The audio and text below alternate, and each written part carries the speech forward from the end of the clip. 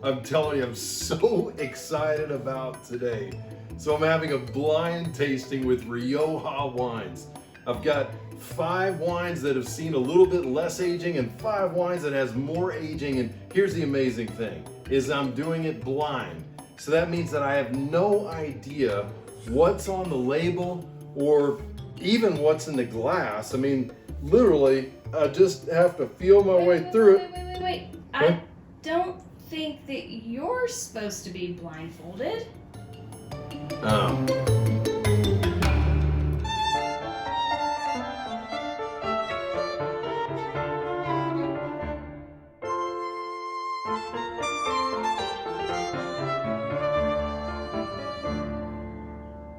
Hey guys, it's Barron Belts, the wine missionary, here with you today to do a blind tasting of 10 different Rioja wines. I am so thrilled about this, probably because I have been collecting or kind of amassing or buying these wines for months, literally months. There are 10 different wines that will represent different aging, that will represent 10 different wine styles as far as like the winemakers and even the vineyard owners and the way that they're going to work the vineyards. Each of these wines is going to have its own personality. And a lot of that comes from the earth, the ground, a lot of that comes from the climate of that year. Rioja is an area that's kind of in the north center of Spain. If you see a wine that says Rioja anywhere on the label, this is telling you that it's going to be dominated by the Tempranillo grape. I love the Tempranillo grape because it has a richness of flavor that comes with it, different kinds of cherry, red fruit sorts of aromas and flavors. Typically has a freshness to it, a little bit of acidity. And I love that about these wines because that really helps them to be able to pair well with food. Some of these wines are called Crianza. It's telling you that it has a minimum of 1 year in oak barrels aging. But once you move up to Reserva, which 5 of these wines are Reserva wines, that it's a minimum of 3 years total aging. So again, Crianza, 1 year minimum in oak, but it can be released soon after. Whereas Reserva, you've got 3 years total aging before release.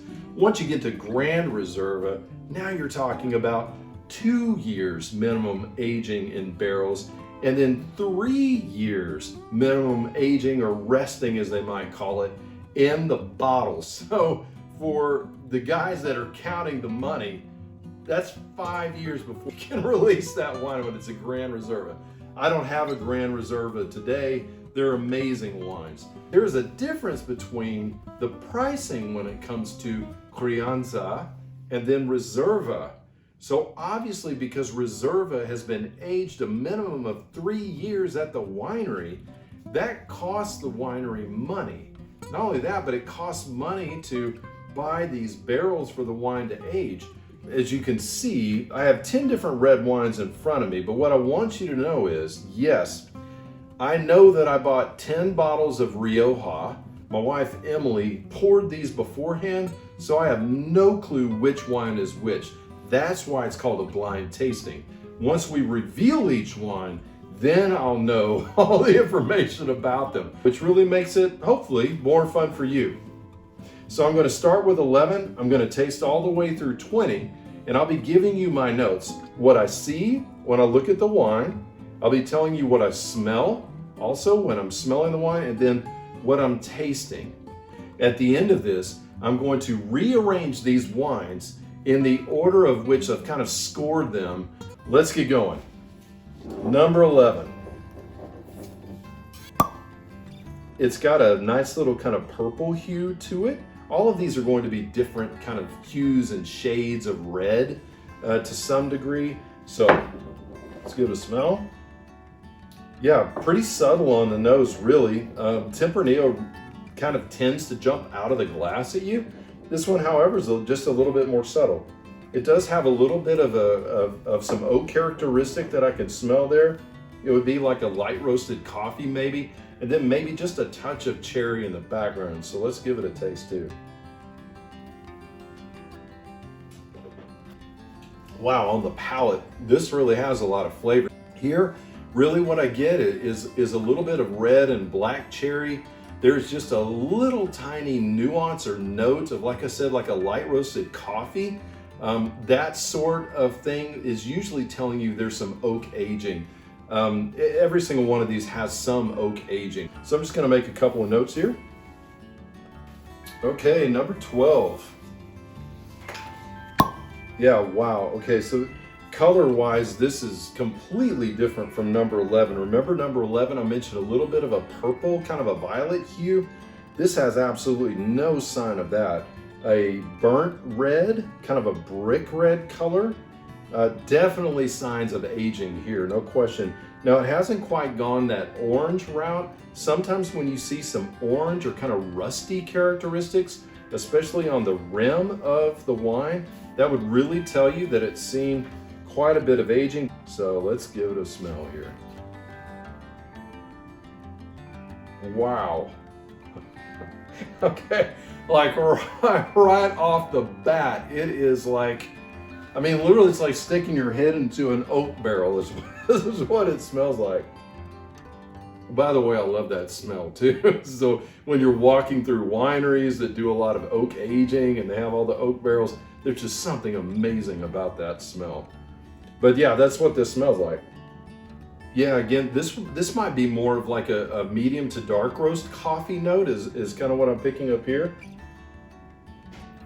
And then just a little bit of red fruit in the background, but really the oak is like the upfront major player right off the bat. So let's give it a taste here.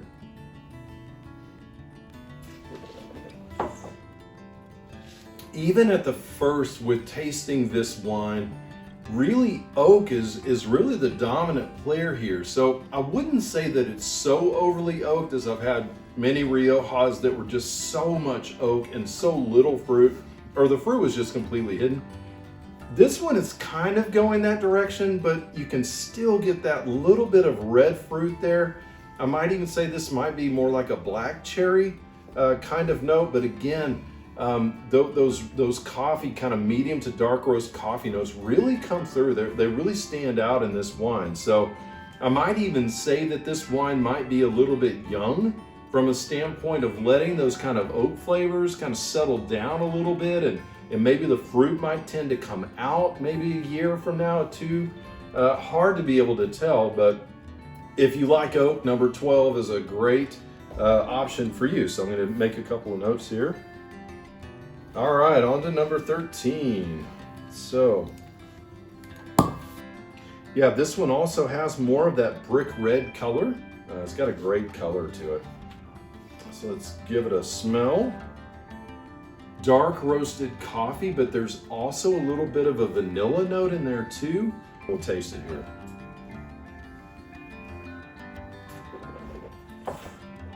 I think Emily's walking back and forth to see which wine I'm tasting, and then like looking at the label to see what it is that I'm talking about. 13 is rocking. I can just tell you that right up front here. That wine is really solid. Like black cherries that maybe have like a little kind of dusted cocoa on them or something. Just a really cool flavor profile.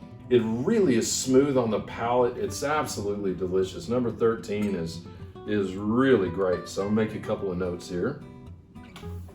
All right, guys, so moving on to number 14. Give it a little swirl here. It has a deep garnet, a very pretty color to it. Let's give it a sniff. It kind of reminds me of toothpicks. It smells just a lot like kind of fresh wood, fresh oak. Like I mentioned, toothpicks, just to kind of give you something that's more common. Like a ripe red cherry in the background. So let's give it a taste now.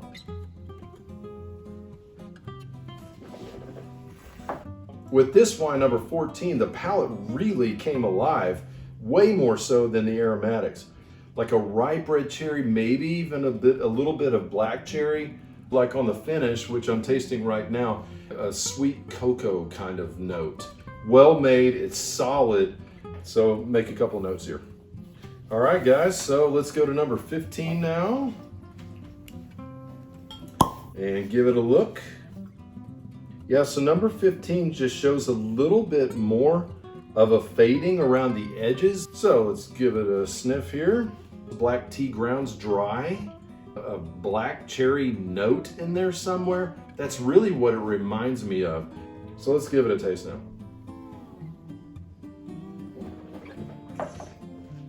Yeah, wow, so number 15, it's definitely been the most intense of the other wines. An element of like a spiciness, red fruits, maybe even a little bit of like a dark plum, like a black plum in the background, but definitely more aggressive. So if you like a more aggressive red wine, the number 15, you would probably like it quite a bit. The finish is also a little bit shorter, so I'll make a couple notes here. All right, let's go on to number 16 now. It actually looks more purple than it does red. So that tells me it's quite young, quite fresh. Wow, man, so right on the nose, it is all like fresh red cherries, maybe even a little bit of like a red plum in there. I mean, on the nose, I get like no oak whatsoever. It could have some oak aging, like I said, but I don't smell it. I've been wrong before in blind tastings, just saying. Humility is something that has to come with a blind tasting. Let's taste it now. So like a little bit of red cherry, maybe red plum, a touch of strawberry, just very fruit forward. It's actually delightful. It's just not a heavyweight when it comes to this tasting because it's just kind of easy going, but it's super well made. So I'll make a couple of notes on number 16 now. Okay guys, number 17. So again, you're going to see that there is a fading when it comes to the edges here, but it has a great color, very classic Tempranillo color, especially that's had a little bit of age. So let's give it a smell here. Yeah, it's like literally you just open a cigar box, which I kind of miss that. That's a cool smell because you know exactly, well, I don't know, maybe you don't know what that smells like, but it's a really cool smell. You'll never forget it. I smell perfume now. No? Okay. My wife sometimes wears perfume. Hand lotion perfume. Is that what that was? Oh, okay. So let's go ahead and give it a taste now.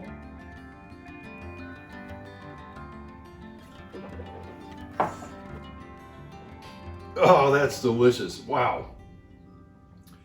So it has some intensity like right off the bat. So that cigar box, kind of that cherry note, cherry tobacco note, is definitely prominent on the palate too. Number 17 is solid. It's delicious. So make a couple of notes here. All right, guys. So now on to number 18. So it has a little bit brighter red color, ruby, kind of a dark ruby color. But let's go ahead and give 18 a smell. Definitely has a little note of like a cherry in there somewhere. Not real sure if it's red or black, to be honest, because it's kind of muted in there. But oak is not on the forefront either, as it has been with many of these wines. So let's give it a taste.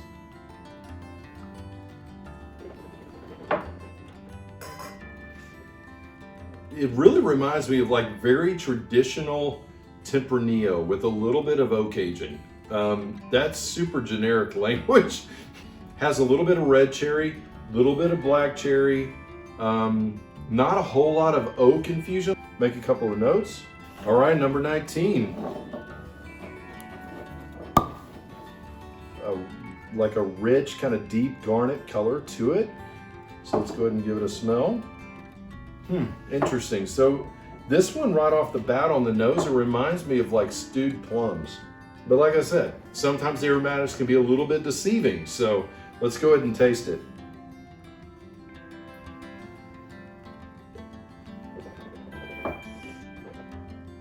if there's such thing as like a hard black cherry candy, that's what I would say this wine really has, kind of that nuance when it comes to the flavor profile. It's a little bit drying on the palate too, especially towards the finish. And it's not very interesting or complex. So pretty straightforward, pretty simple. There's number 19, so I'll make a couple of notes here. All right, guys, number 20, here we go.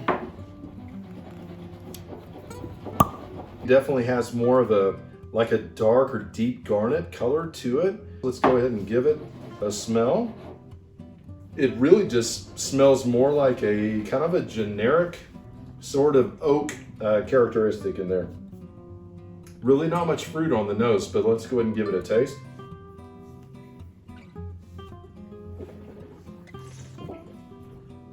This one definitely has some drying tannins there, which makes it unique from many of the others that I've had. Definitely has a little bit of a cherry nuance to it, but overall I would say that it's pretty average. So I'll make a couple of notes on it. Okay guys, so this wraps up the portion of the blind tasting, and now we get to do the big reveal where we're going to show you exactly which wine is which.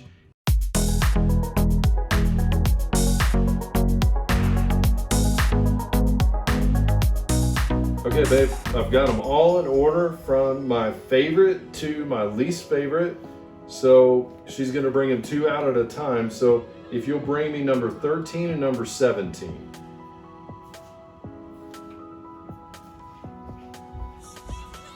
And then 14 and 12. Okay, now number 16 and 11. Okay, then 15 and 18, honey. And then 19, 20. You guys, this is one of my favorite ones. It's next to last. Are you kidding me? And then one of the wines with sort of my name on it is number last. That's really sad to me.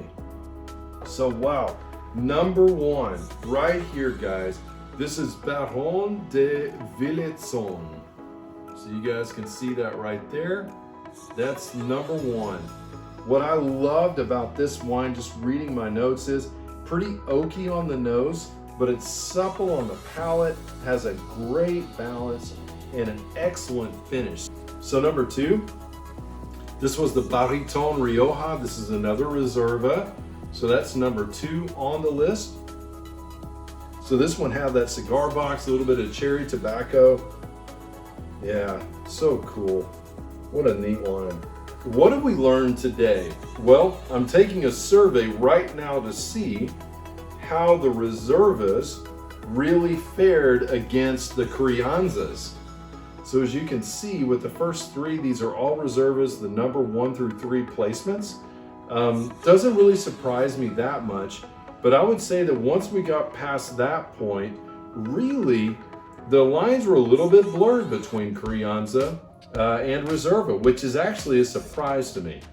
Please check out the notes below, because there you will see, I'll give you the pricing that I paid for each of these wines. Usually I look for wines on sale, so I usually don't pay just sticker price. Guys, this has been fun. I've really enjoyed it. I've been looking forward to this for months, and now I've finally had the tasting. So guys, with that, I will invite you to check out the website where you can see not only things about wine education and wine 101, but you'll find other tastings like these. I hope you've enjoyed it. If you like it, please give it a thumbs up. Please subscribe if you'd like to see more of this. And with that, until next time, I'll say cheers.